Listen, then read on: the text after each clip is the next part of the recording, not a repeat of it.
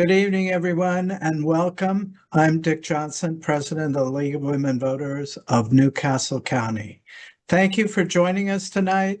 And just a quick housekeeping note, everyone will remain on mute during the presentation, but please feel free to ask questions in the chat at any time. We'll address those during our Q&A session. This presentation will be recorded. So I'm thrilled to be here. I'm thrilled that you're here because tonight marks an important moment for our organization and our community. Before we hear from our distinguished guest, Dr. Lindsey Cormack, I want to share why tonight's conversation is so timely and critical for all of us. We're launching something new. Our Spring 2026 Youth Engagement Initiative called Spring into Democracy. And frankly, we're launching it because we have to. The numbers tell a sobering story. In our last midterm election, only 23% of our young people in Newcastle County voted. 23%.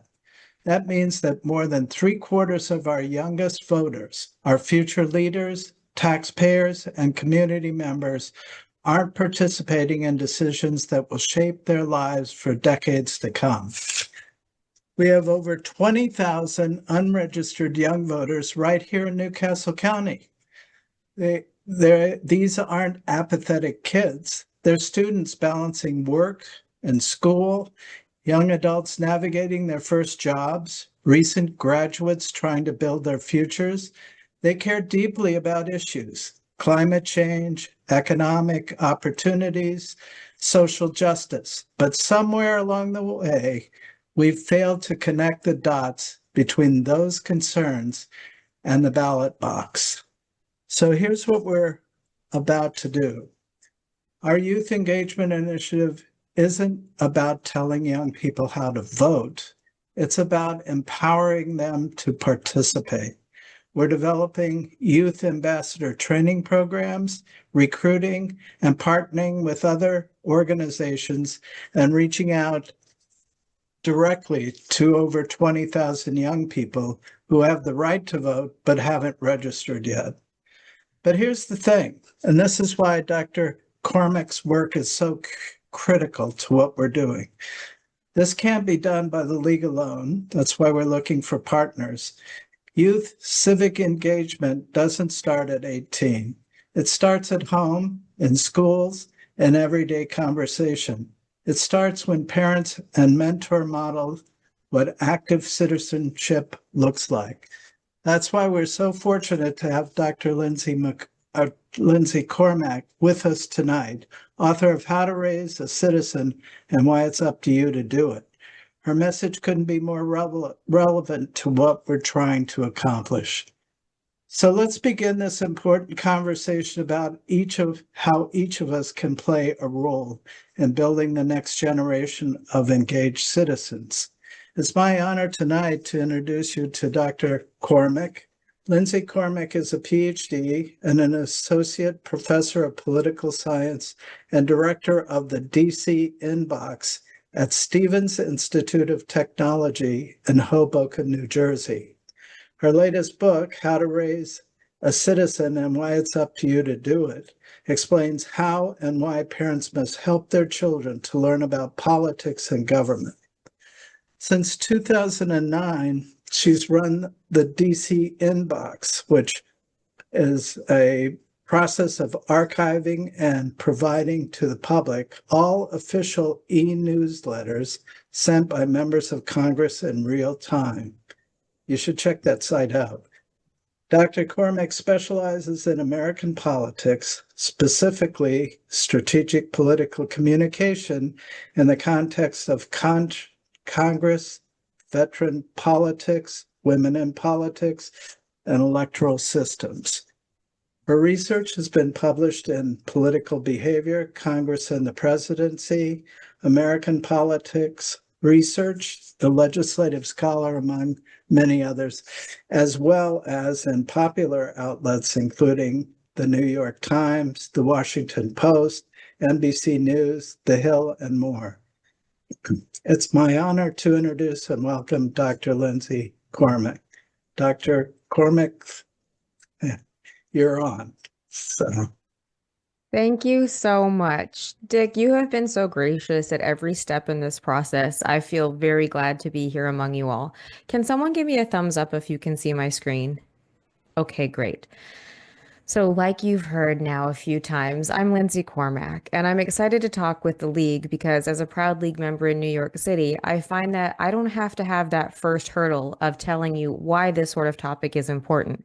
Because if you're here, you buy into the notion that we have to live our democracy as if it is an educational enterprise that's renewed every generation. Let me start by telling you a little bit about who I am. This is a picture of me in 2022, where I had a year-long sabbatical from Stevens Institute of Technology.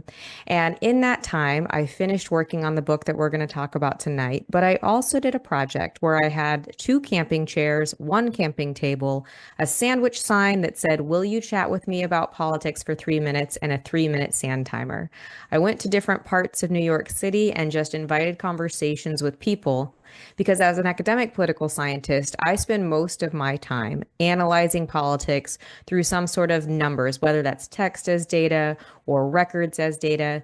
But the freedom of that sabbatical allowed me to talk to people one-on-one and really get a sense of where people's heads were at on politics interpersonally. I also always start with this because I guarantee you, no matter what question you ask, it will not be the strangest thing that I have heard. So please feel free to ask anything at all because the depths are too deep in the craziness of New York City, and I guarantee you, you won't get there. Like I said, I'm at Stevens Institute of Technology. I'm starting my 12th year there right now, and it is a wonderful school in Hoboken, New Jersey. Surprisingly to most people is it's not a school that has a political science degree.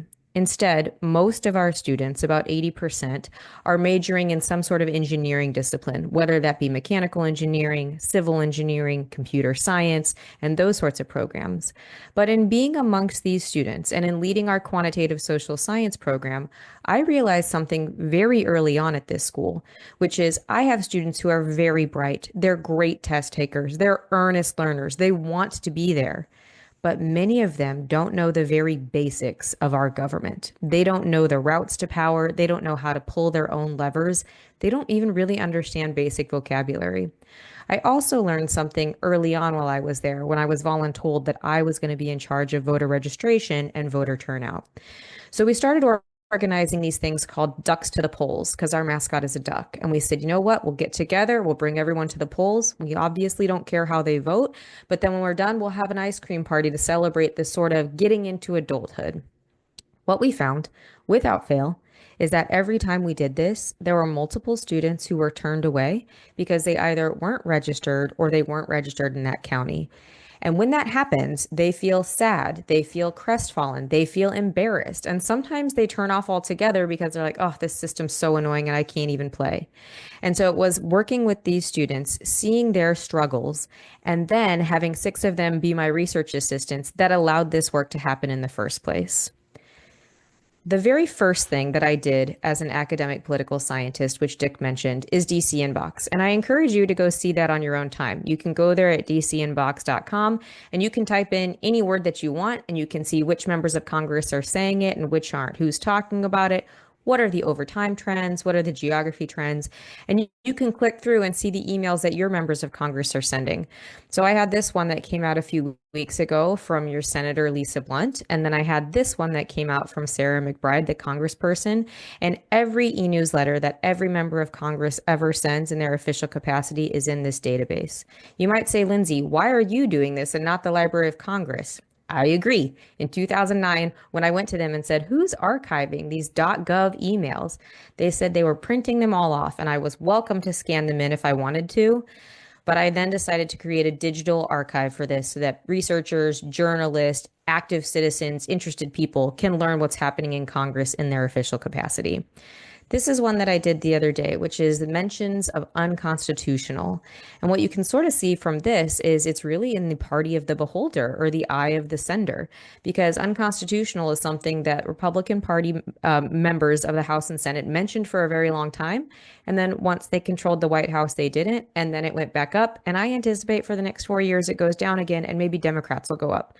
But these are things that we wouldn't know if we didn't have this digital archive. So I'm very proud of this project, and it really let me get into academic political science. You can also make pictures on this website, like who's talking about things. And I like to have this picture up because the state that you can see in the middle, the state that most often messages their constituents about beef, is Kansas. And that's where I'm from. I lived there from the time I was 5 to 22, and I really think having sort of a split style of understanding politics with my formative years in the Midwest, the last 18 of my years on the coast, has really allowed me to see this in a few different ways. My first book that I wrote was Congress and U.S. Veterans, and I really enjoyed writing that book, but the process of this book was much better. In this book, we got to look at all the curricular decisions in all of the United States. Me and my 6 research assistants interviewed teachers in 47 states. And so in coming to this work, instead of just using archival research, we got to do on the ground, hands-on research. When I'm not doing these things, I serve on Community Board 8 in Manhattan. This is our smallest, most local form of government. I chair our Street Life Committee, which is tasked with issuing new liquor licenses, issuing cannabis licenses, and then making sure that our sidewalk and roadway dining is as it should be. Here's a picture my 13-year-old daughter took, which is me demonstrating that this business is not giving an 8-foot clearance as they're meant to if we provide them with the ability to have sidewalk dining. I didn't think my little local politics activities was going to be laying on the ground, but that's what it is. And I just got an email from a constituent earlier today saying that there's another restaurant that he thinks isn't having a wide enough thing. So I might go lay down again tomorrow. The book that I'm here to talk to you tonight about is How to Raise a Citizen and Why It's Up to You to Do It. And something that I often hear with league audiences is like, well, I already raised my kids. I'm a grandparent, or I'm an aunt or an uncle. I don't really have kids at home. And I want you to pause with that thought and think that this learning never stops. We're never not parents to our children. And so while in the book, I go over things for 5 to 9-year-olds, 10 to 14-year-olds, 15 to 18-year-olds, this work is never done. And so even if you don't have small children around, if you have children in your life, if you have younger people than you in your life, then there's still work to do. I've been on tour for the last 16 months. This is me on C-SPAN TV in Oyster Bay, New York. And Governor Hochul of New York signed the book last year saying it was the most important topic of 2025. Now, before you say like, oh no, this is a liberal from New York and she has a liberal Democrat signing her book, what is this going to be? Also, please note that President Bush and former First Lady Bush also wrote about the book, saying that it's a really good thing that we're focusing on civic education in this way. And like league events, you'll find that this is a nonpartisan, or what I like to think of as pre-partisan look at how we can think about raising a citizen, which I argue is very different than raising a partisan. Okay. So this is a map of all the different curricular requirements around the United States. It's not important that you try to piece out what is red, what is blue, what is green, what is gray. What's important to note is that when asking the question, what do our kids learn in school about civics? There is not one answer. It would be impossible to give because the way that it's structured is every state gets to decide their own civics curriculum. Every state gets to decide how many minutes or semesters you're going to have in the classroom. Every state gets to decide whether there's going to be a test at the end or not and what the passage rate or completion has to be to get out of that course. Further complicating things, within each state, public schools are different than parochial schools, are different than independent or private schools, are different than home schools. And so there really are no basement standards for what kids have to learn about civics. In Delaware, there's not a strict requirement, but it's something that's just woven in through different history and social studies courses, although some school districts are empowered to make their own sorts of requirements. The reason thinking about this as a patchwork matters is because it's very, very hard to give a straight answer to what do kids learn. But I can tell you that there is a modal form of delivery in the United States, which is usually in 7th or 8th grade, kids will get their first social studies or world history class. Sometimes that'll have when Columbus sailed the ocean blue. Sometimes it'll have we had settlers.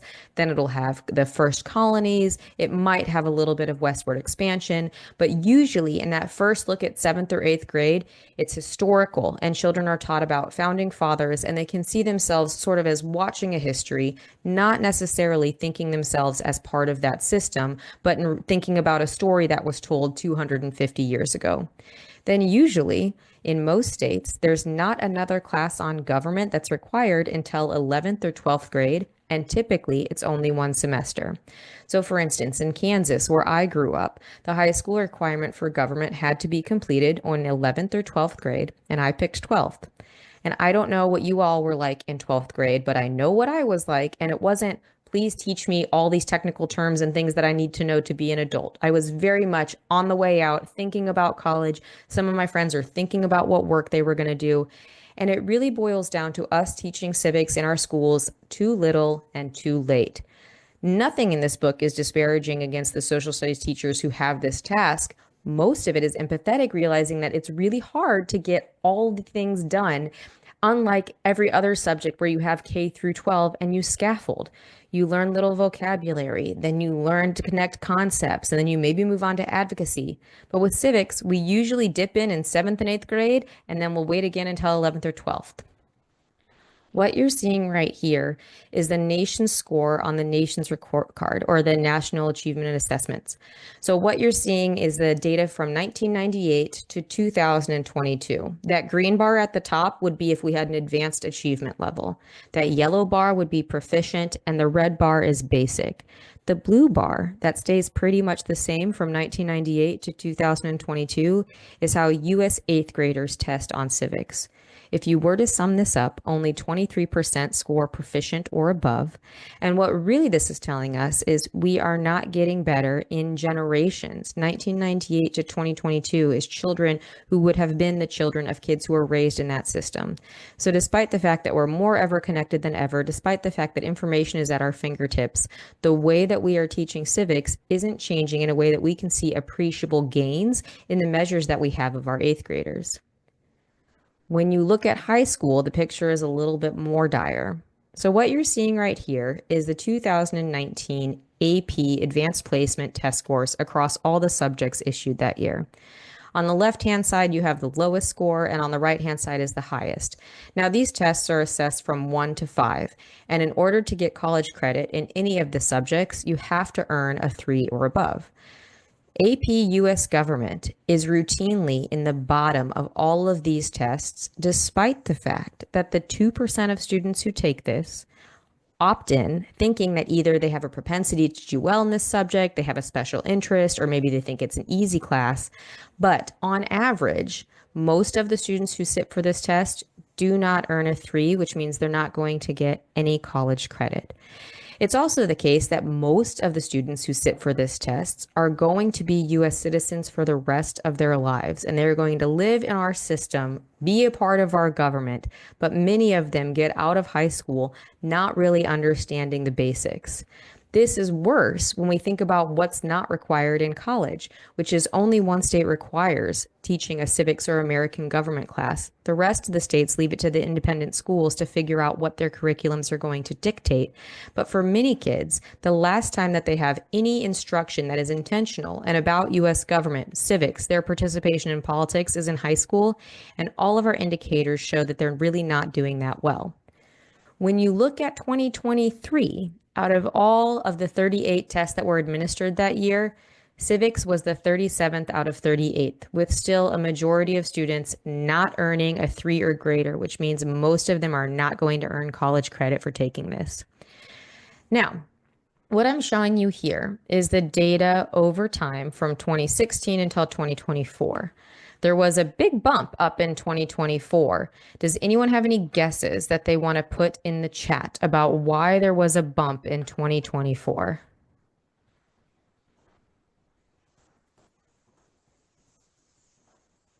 Or anyone can just call out if they have a guess.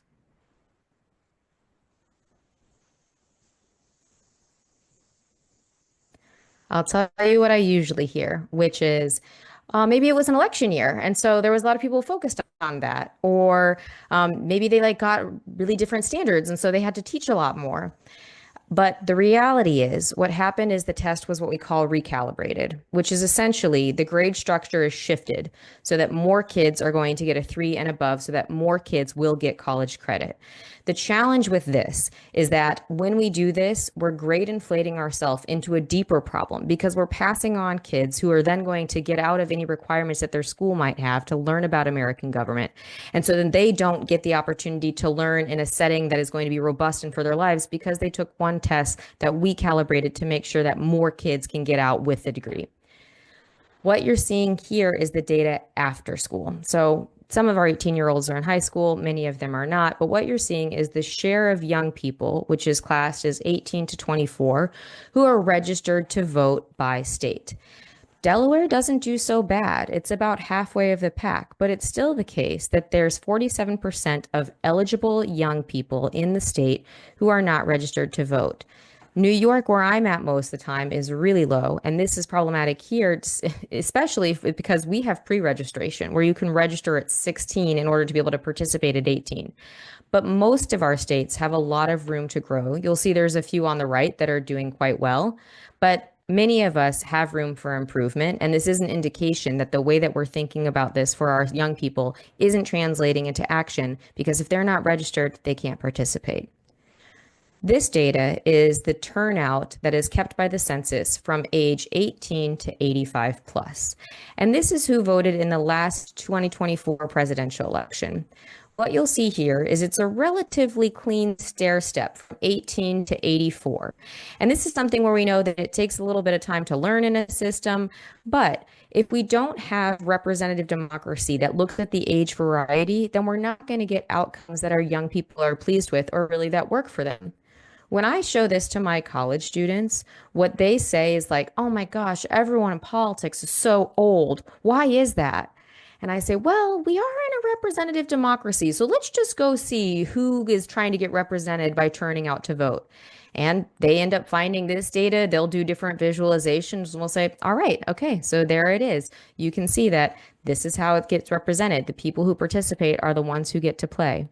Now, this is a presidential election, but when you look at the midterms, which is what we have coming up this year, the slope is steeper. It's harder for younger people to get involved in these midterm elections because it's a lower information environment. The media is sort of split. Most of the time, the registration comes about 30 days before. And so by the time they're getting any media things about this, they might be out of the window where they're eligible to register. And in many places, the primary election is actually what matters more than the general election. That's certainly the case in the congressional seat that I'm in, which is Jerry Nadler's, who is retiring after 34 years. And the race that we are going to have is going to be sewn up in June, despite the fact that there will be a general election in November, but it really doesn't much matter because whoever wins that Democratic primary in New York City is going to be the person who wins this. This is all to say it's very hard for young people to participate, and our empirical data bears this out. They're having a hard time voting. So there's a few different routes to our civic deficit that I focus on. One is that it's hard. It's intricate. It's not easy to understand all the different parts of power. Checks and balances might seem like a rock, paper, scissors sort of game, but it's not. It's also further complicated when we think about that there's a difference between federal politics and state politics and local politics, and nearly every state focuses on the federal government and maybe a touch on their own state when they're thinking about what they have to teach in schools. If you don't believe me, go find an 18-year-old and ask them if they know what the word gubernatorial means. Most of them will not, because they are not introduced to the concept of governors as the executive of the state in many places. It's also the case that when we were looking at different cultures that sort of make different pathways to understanding adulthood, there are two ways that we found people talk about politics. One, which tends to be more centered in the middle of the country and in the South, is this tradition of not talking about politics. And that's because it might be seen as taboo. Maybe it's offensive to someone. It sits in the same bucket as talking about like drugs or sex or religion or money. And so it's something that's not done. But if we don't give our children the opportunity to build that muscle and give them some muscle memory of how to have these conversations, we're asking them to play catch up. We're telling them that they're going to have to do something new when they're an adults, but we're not giving them a model for how to do that sort of thing. We also found something that was more concentrated in coastal populations was that there's an orientation that is hatred towards politics. It's not necessarily hatred towards individual politicians, but it's this notion of saying something like, the system is rigged, they're all egomaniacs, they're in it for themselves, no one does this for the right reasons. When our kids hear that, when they hear just disparaging things about politicians, it's not surprising that they don't want to learn more, because who wants to go figure out how to be with the liars and the cheats and the egomaniacs? So both of these traditions do not serve us well when we're thinking about what it is to raise someone who has pride in their system and wants to push it forward. Even in households that don't talk about politics or don't talk negatively about politics, the literature and the entertainment that our children get are replete with examples that are anti-government and anti-politician. I want you to think a little bit about some cartoons that you might have had on in your house or you might have heard of. I'll give you some examples from my life. Paw Patrol, where you have this Mayor Humdinger.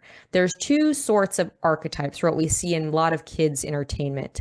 Usually the person is a mayor, but archetype one is sort of this like bumbling doofus who like maybe things turn out okay in the end, but it certainly wasn't because they did something. It's because the other dogs in Paw Patrol stepped in to save the day.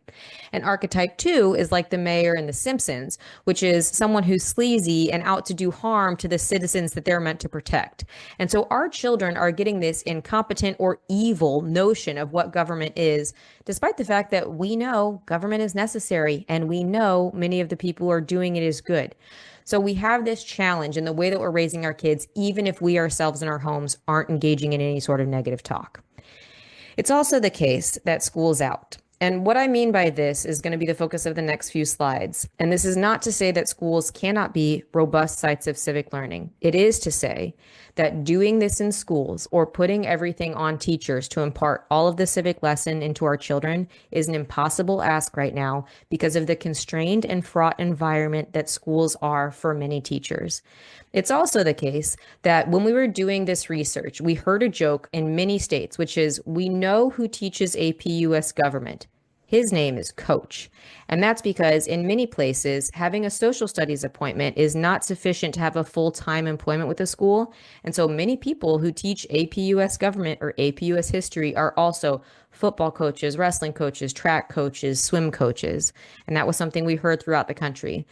During this last presidential election, when Tim Walz was nominated as vice president, it came out that he too was a social studies teacher and he too was a coach. And I was like, oh yes, that's the joke that we were learning when we were writing this book.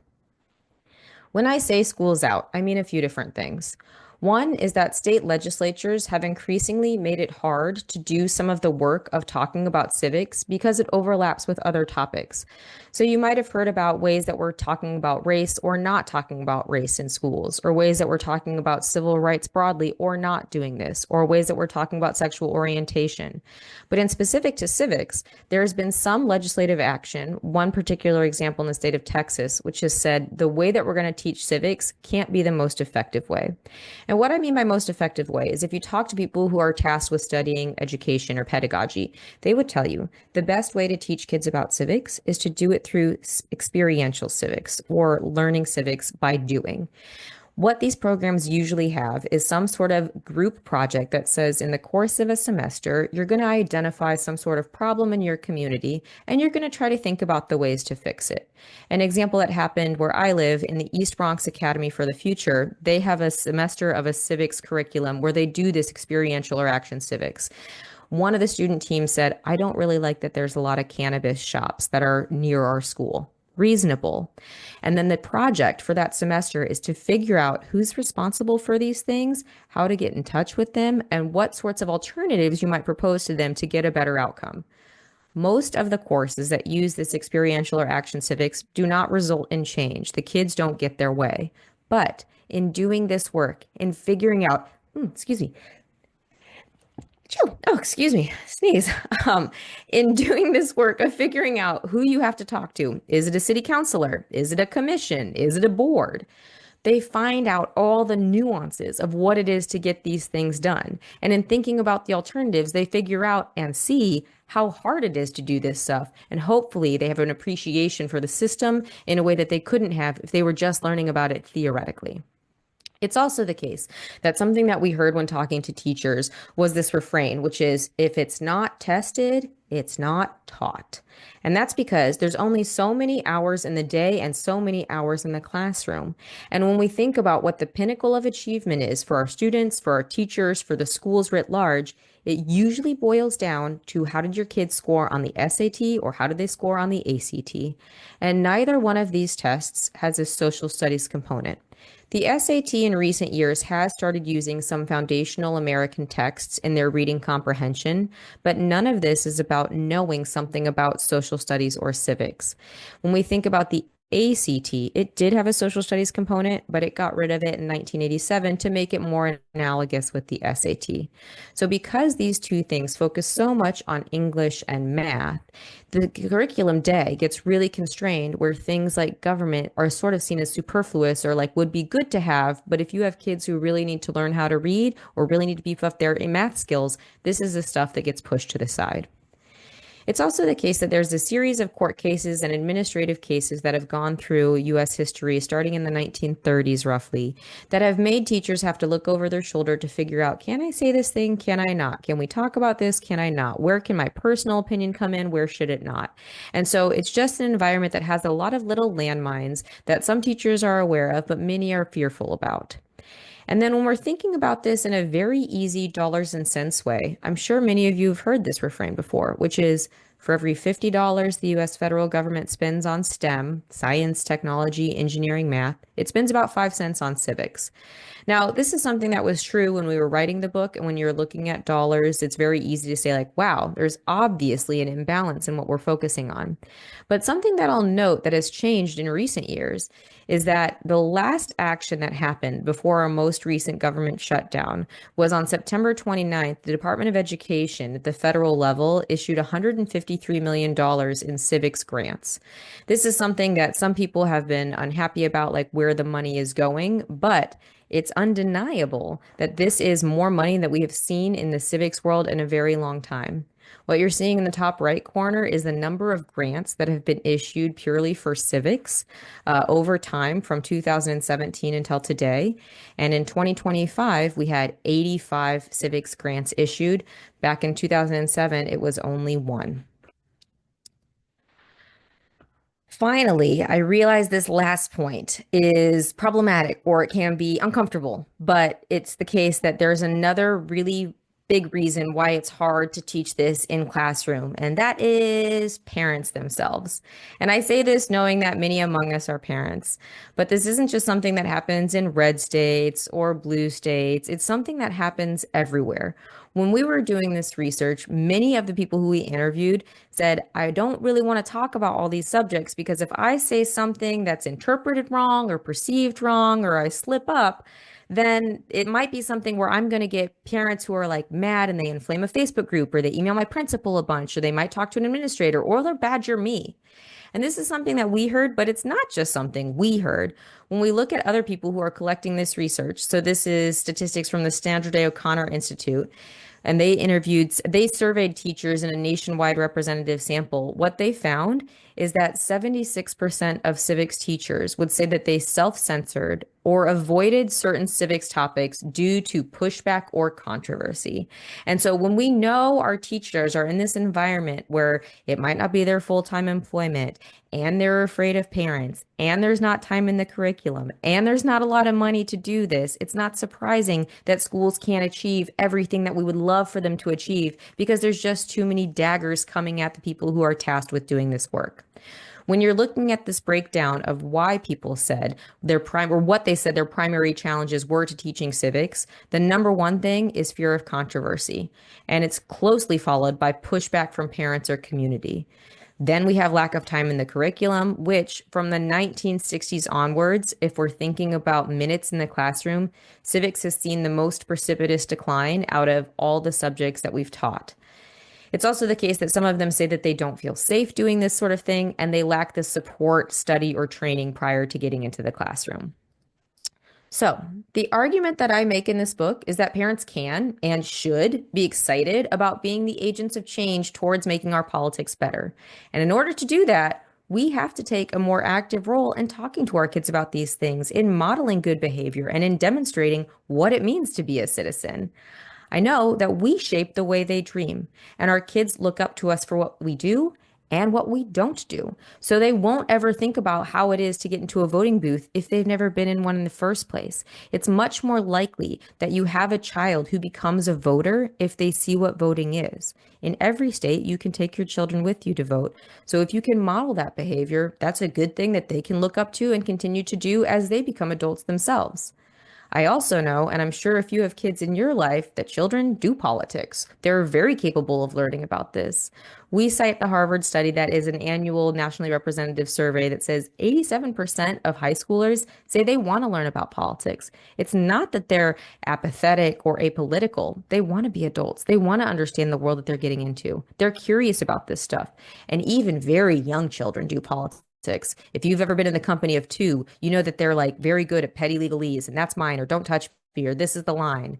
They're also really good at collective decision making. So if you watch kids who are playing games like Minecraft with each other or coordinating on Roblox, they understand how to do these things. We don't need to kid glove them. Instead, we need to give them accessible language. We need to give them accessible examples and let them grow into being a citizen instead of thinking that that's something that we can start with them when they're 18. I also know that no one, not children, not adults, likes playing a game that they don't know the rules to. That's true if it's a card game or a board game or the game of politics. It doesn't feel fun to be ill-equipped in a system. It doesn't feel fun to have other people be able to rush by you because they know a little bit more. So our kids can truly step into their power if we equip them with that from an earlier age. It's not like they turn 18, a light bulb goes off, and they say, oh, I know everything I need to know. We have to start laying that groundwork earlier, and we can't rely on schools to do it all. I also know that things can only get better with more attention. That is to say, there's not a downside of having more understanding of what our government is. It is true that there's not a healthy way to engage with these things, which is doom scrolling or constantly being in a state of anxiety or fear about the future. But by having attention that is buffered by parents, communities, grandparents, aunts, uncles, and school systems that say, this is our government. We're proud to be a part of it. One of the best things about being the 3% of people who can ever be born in the United States is that we get to have a say in our government. With more attention, we'll have more people thinking about something, caring about something, and shaping those outcomes. So things can only get better with that. I also know that everyone wants their own kids, the kids in their family, the kids in their communities to be as powerful as possible. And the way to get as powerful as possible is to understand those rules, know those levers, know the routes to power, and be able to exercise them as you grow. It's also the case that we want our kids to be as healthy as possible. And what I mean by this, that I get into in the book, is that when we think about the mental health challenges that plague our children, especially our kids who are at that college age, it's things like depression, anxiety about the future, the notion that they're isolated, anonymous, and not of value to anyone else. But if you get your kids involved in something at the local level, whether that's community engagement, whether it's something with local politics, it provides them with this sense of purpose and repeated interaction with people who care. And we also know that in rooting our kids and understanding what's possible and what's not in politics, we give them a buffer of being too afraid of, can he actually do this, or could the council pass that? If they know how the system is structured, if they know what those protections are, and if they know their rights in that system, they are mentally more at peace than if they have to go at this in the dark, not really understanding things, and being prey to what happens in many social or anti-social media algorithms, which is to give the scariest stuff or the stuff that riles people up the most. So rooting them in a history and rooting them in an understanding of constitutional provisions is a way to counteract that. I also make this argument that our kids are more successful if they know these things and if they understand the paths. There's a simple way to say, like, yeah, you know more, you're going to be more successful. But if the goal is to get a child into college, having them do something in middle school or in high school, whether that be student government, interning for a local politician, doing something on a campaign, it's really all upside from an admissions perspective. And it's not something where parents should worry about, like, it's not the right party for this school. That's not really how admissions officers look at it. If you have a child who's done stuff in local government or state government or federal government, there are benefits to schools. Federal government is great because it shows some sort of connection to grant makers. State government is great because it shows something about state policy, whether that be curricular requirements for schools or things about gun policies, reproductive policies, drug policies. All these things happen at state level. And local can be great for zoning. But no matter what you're doing, it shows that a child who engages in this form of activity, whether it's volunteered or paid, is pro-social, is a problem solver, wants to figure things out, and wants to give back to their community because that's what doing a lot of this work is. I also know that we benefit. When you talk to kids who come at something with a less prejudicial lens, without the baggage of history that they know, they can ask really clear questions and they can force us to confront things. Sometimes my positions are softened or made harder by having discussions with my college students because they open my mind by thinking about perspectives that I wouldn't have. They also oftentimes come to things with a pre-partisan idea. Like they're not thinking about like what would a Democrat say or what would a Republican say because they don't really have access to that when they're that young. They think about what would be fair or what would be good, and that can be a really nice way to have a conversation. So I'll note something on partisanship before closing, which is partisanship is inevitable in our national politics. Sometimes people are like, well, I wish that we weren't always having to talk about Democrats or Republicans. And while I empathize with that, it is the case that parties are here to stay, and there are upsides to parties in the sense that they sort of shortcut things for people. It's kind of impossible to learn everything about every candidate, but there is something that you can clearly signal by having some sort of partisan designation. Partisanship is inevitable, but it doesn't mean that it has to be that painful because raising a partisan is something that's very different than raising a citizen. And the analogy that I like to use is raising an athlete versus a fan. Raising an athlete is like raising a citizen. So let's say you had a child who really wanted to be a soccer player and you were their parent. In order to do that, you would teach them the rules of the game. So here's how many minutes the field's on, here's how many people are on each side, here's how the referee has rules, here's what the lines mean. Then you'd also have them do some drills. Here's what dribbling's like. Here's what shooting's like. Here's what blocking's like. You'd have them condition. They'd run. They'd do strength training so that they could be better to do all the things that that sport asks of them. You might eventually have them play scrimmages or practice matches against people. For a child, that might be student government or running for some local elected position or appointed position. And in raising that athlete, you would make them the best soccer player that they could be and know that when it's time for them to choose a team or a team to draft them, they'd be as capable as they can be. If you were raising a fan, it would be much more like raising a partisan. And what I mean by that is to raise a fan, you have to teach them, here's the colors we paint on our face on game day. Here's the chants that we do. Here's the cheers that we have. Here's the songs that we sing. Here's the players that we cheer for. Here's the ones that we boo. But it doesn't have to have a robust understanding of the game or the ability to participate in it. In politics, we are all athletes. Our children are all athletes. Some of them are just more or less capable.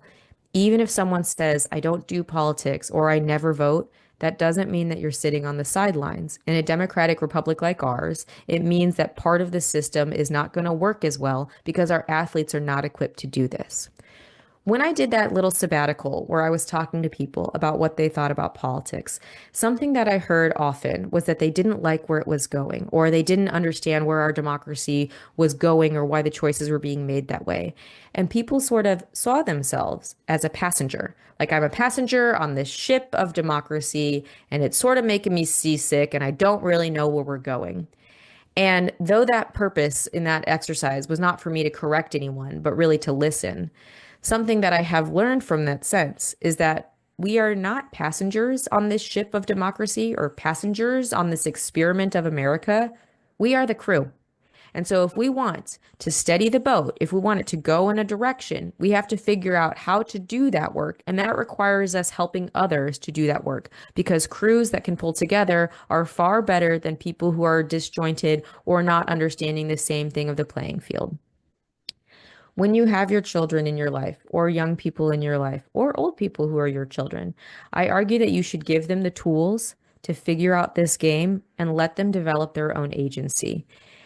And if we think about the best social science research on imparting your partisanship to your child, it's about a 50-50 coin toss, which is if you're trying really hard to raise a little Republican or really hard to raise a little Democrat, there's a 50-50 chance that you either turn them off to your party and they say, you know what, I'm going to rebel and I'm going to see this the other way, or they're alienated from politics altogether. It shouldn't be the goal.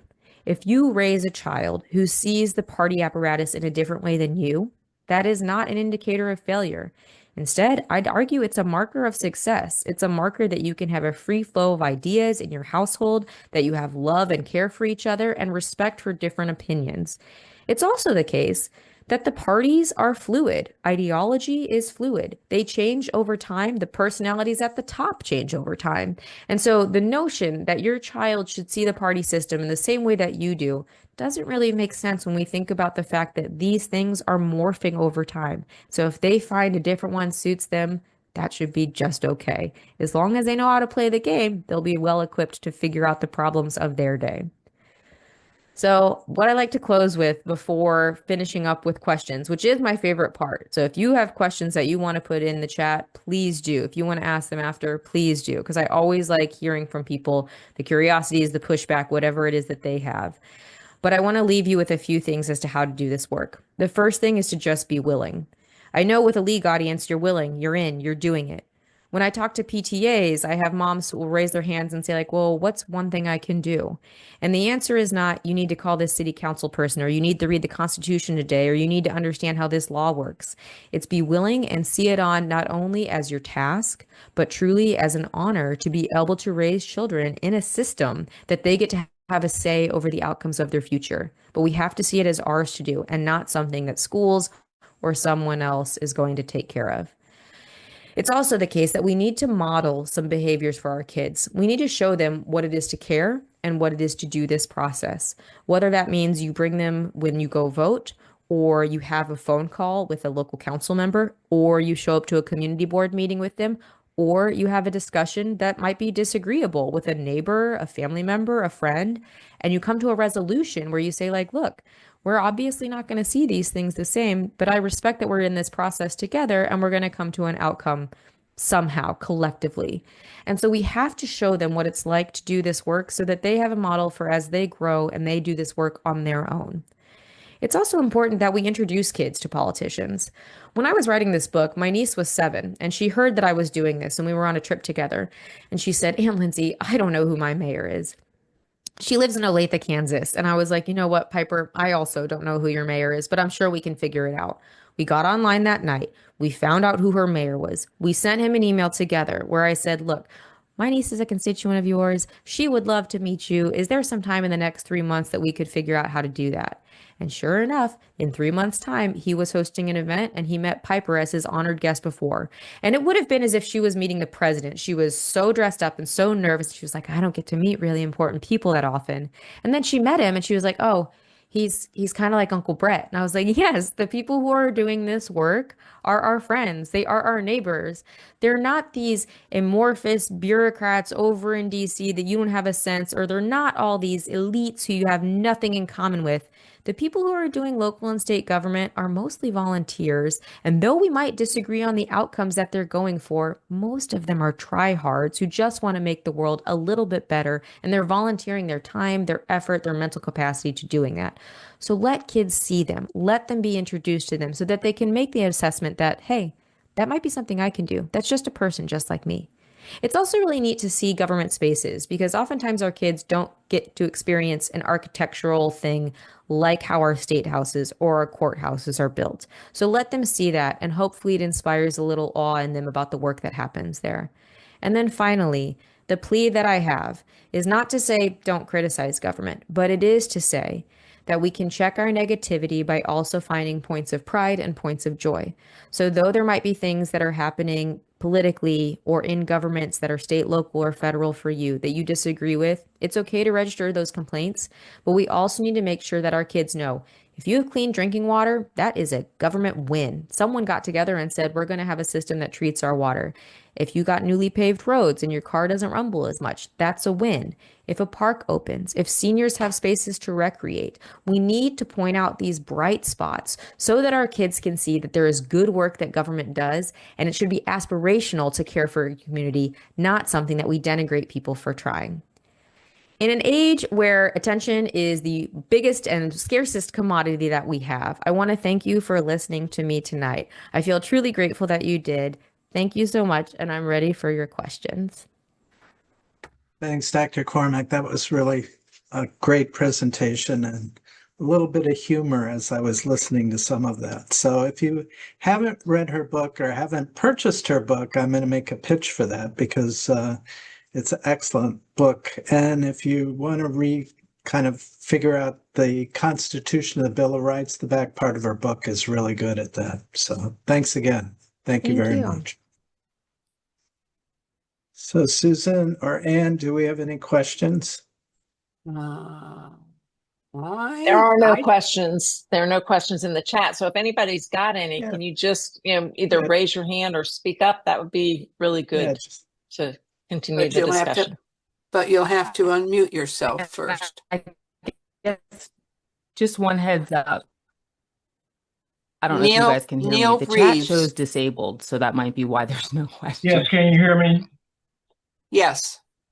Thank you for your presentation. Could you provide more details on what's in the book, how many chapters, and what's the subject for each chapter or some of the chapters? Yeah, that's a great question. So I think I should have the book up with me right now. But the way that it goes is there's two parts. Part one is chapter 1 through 4, where I sort of spell like, here's the civic deficit that we're in. Here's how we got here. Here's some court cases that sort of show how it's been a problem in schools. And then here's what we can do about it, which is like what it is in our homes, the conversations we can have, the ways we can start it. If we spot something like extremism, how we can combat that. And then the second half of the book, 5 through 9, is really a primer. So it's like if you felt like social studies education was a long time ago, or if you felt like you didn't retain it, I have one chapter 7, which is the Constitution, and it has all the different pieces and then questions you can ask your kids. Janet, I see you're unmuted. Yeah, I'm just wondering, I mean, there seems like there's a significant amount of money going towards civics and education. Where is that money going? You're saying the 153 million, that grant money? Yeah. Yeah, so it's going to a consortium of a bunch of different schools and organizations. If you go on the Department of Education's website, you can go see who all the recipients are. Some of them are established people in the field, like James Madison University got like 2.3 million to do teacher trainings and to host things on their campus. And then there's also some newer players in this game. So like Turning Points USA has never traditionally gotten any civics money, but they also got some of this grant money. But all of the recipients are available on the Department of Education's website. Thank you. And I believe, and somebody else can correct me if I'm wrong, I do believe that the state of Delaware, different places in the state of Delaware, I believe we got something like $8 million. So I can speak to that. That went to the University of Delaware and the Center for Civic Education. It's explicitly tied to the We the People program in 4th through 8th grade, which is both a literacy and a civics program. So We the People and the Center for Civics Education have been around since 1987, and I've worked with them since 1994. And the citizenship project that Dr. Cormack was describing is actually probably Project Citizen, which is another CCE program. And I love We the People. I did that in high school. My favorite social studies teacher got me into that. And he still brings me into his class today. I think it's a wonderful program. Same. If Lorraine, you have your hand up. Yes, thank you. I really do appreciate, Lindsey, your time here tonight. And this is something that's really dear to my heart. But I wanted to share a situation or something that happened to me a few months ago as we had an event. And there were quite a few people there. And at the event was this young man who I was introduced to by his mother. And I said, how old are you? And he says, well, I'm 21. I said, I bet this was exciting because you had a chance to vote. He says, no, I didn't bother. So I said, why? He says, I didn't like either of them. So I responded because I didn't know what else to say. And I probably should have come up with something better. But I said, so how do you feel about the result? And he goes, nothing, that's just the way it is. So a lot of it gets back to how do you approach these young people and what are the kinds of things you could say, because I didn't want to put him in a situation, nor his mother, in what would be something that would just put him off, and want to just really kind of get him engaged. Yeah, Lorraine, that's a great question. And something that I hear often is when I have students who aren't from New Jersey or even from New Jersey, they'll say, it doesn't really matter if I vote in the presidential election because I want to vote for the Democrat, but we're a red state, or vice versa. And they'll say, like, my vote doesn't matter. And what I remind them of is every time that there is a presidential election on a ballot, there is guaranteed to be at least one other election on that ballot, and that's for the House. And in many places, you're going to have plenty of other things. So a third of the Senate, there might be local stuff or state stuff, depending on where you're at. But even if you don't like those candidates, something else that's really quiet and is hard to appreciate is that the way that both parties weight the primary system, so which states matters more, whether that be in the calendar or superdelegates, is based on turnout for that party in the most prior presidential election. There's plenty of other things too, but that's how you sort of like vary that power. And so if you don't like those candidates, it is, you're right to say I'm going to write in someone else or I'm going to pick a third party candidate. And I feel totally ambivalent as to whether or not that's the right or wrong thing to do. But to say that your voice doesn't matter has a weight in no way. It's inaccurate. It's disempowering. And it's hard to sort of graciously tell someone that. But I think even in registering your sort of curiosity, you're sending a message to be like, what is this about? I think that's correct. Yeah. Okay. Yeah. Yeah. And then I did see Tiffany had a really good question in the chat, which is how do we incorporate disinformation discernment into discussion with kids? The way that I like to start this with my students is that I tell them that their job is to be a detective, not to know everything. So if they have a bunch of different information, their job is not to assess oh, I've put all this into my pocket and now it's all true. Their job is to figure out the likelihood that that's true or not. And sometimes that means going beyond just hearing the inputs. Something that's really hard in this moment, and might be hard for the rest of our lives, is the way that a lot of our kids are coming into contact with new information is that it's being personalized and fed to them directly. So instead of having to seek information or instead of having to confront information collectively, like when we had 3 TV channels or then we had 100 TV channels, multiple people are seeing the same things. Now we're mostly in a world where everyone is only seeing what they're seeing and no one is seeing the same conglomeration of information. And so it's really, really hard. So I tell them, instead of just being information receivers, you want to go be detectives who are out there figuring some things out on their own. I usually push them to primary sources. And what I mean by that is if you hear something about a politician that's like, this person did this thing and it's really underhanded, I want you to go either be in the presence of that person or go see that person in their own words, on their own YouTubes, in their own writings that they're sending to constituents, and make your own sort of assessment there. I also try to let them think about what is happening in this disinformation environment. And there's 4 sort of emotions that come up when you're in a place that risks disinformation or misinformation. And these emotions are fear, anger, outrage, or urgency. So if they're being asked to be really afraid of something, or if they're being asked to do something right now to change it, or fear and or anger and outrage, which are very similar. Outrage is sort of this notion of this shouldn't be, and anger might be, I know it shouldn't be and I'm angry at it. If they have those big emotions, then it's time to start figuring something out instead of taking it as truth. It's very hard. It's very, very hard. But when I talk with kids, whether those be college students or my child or her sort of friends, if they come to me with something political, the first question I always ask, and I write my series of questions in the book, the first question is always, what have you heard? Because I want them to set the table with what they're hearing and not feel responsible for justifying an opinion or saying I'm right or trying to put out their own thoughts here. I just want to know what they've heard so that we can have a conversation around that. Then we get into what do you think? Then we get into what do you know?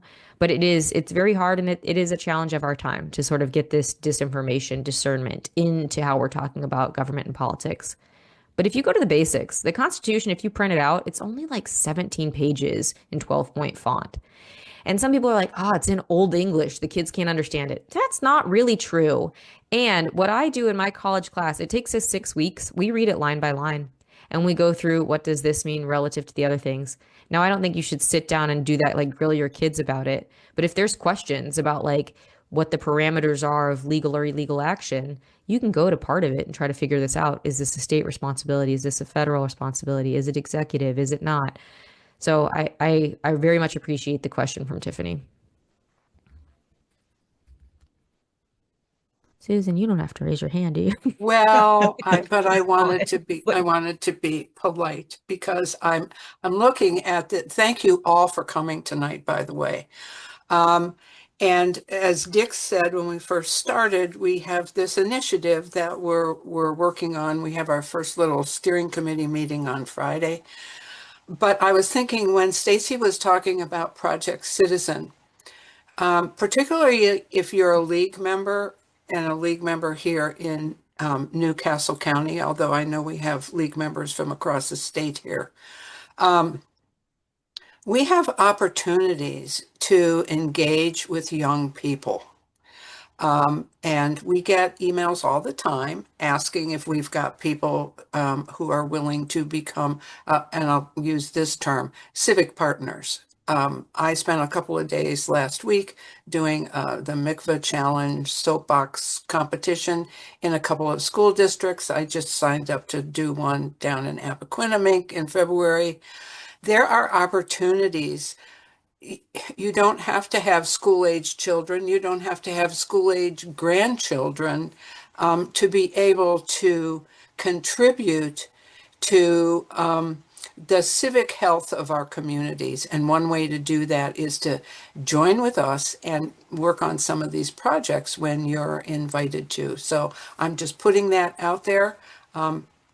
We're really excited about the project, very excited about your presentation tonight, Lindsey, Dr. Cormack, sorry. But we do, you know, you can become engaged yourself. Thanks. Thank you, everyone. Thank you. And Dick, I guess I'll let you close. All right. Well, I don't have a lot of closing other than to say thank you very much. And I loved your presentation. I got a little bit of humor out of some of the things that you had to say because I've got grandkids that are 19 and 15. I met with them and they really are politically driven individuals with issues. And they told me, you know, I can't get involved in politics unless I have a passion for an issue. So, but your book really woke me up. So I appreciate that. Thank you. And thank you for inviting me. You're very welcome. So we'll just close out. Thank you everyone for coming. It's been great. Had a great turnout. So hope you appreciated the presentation. Bye. Good night.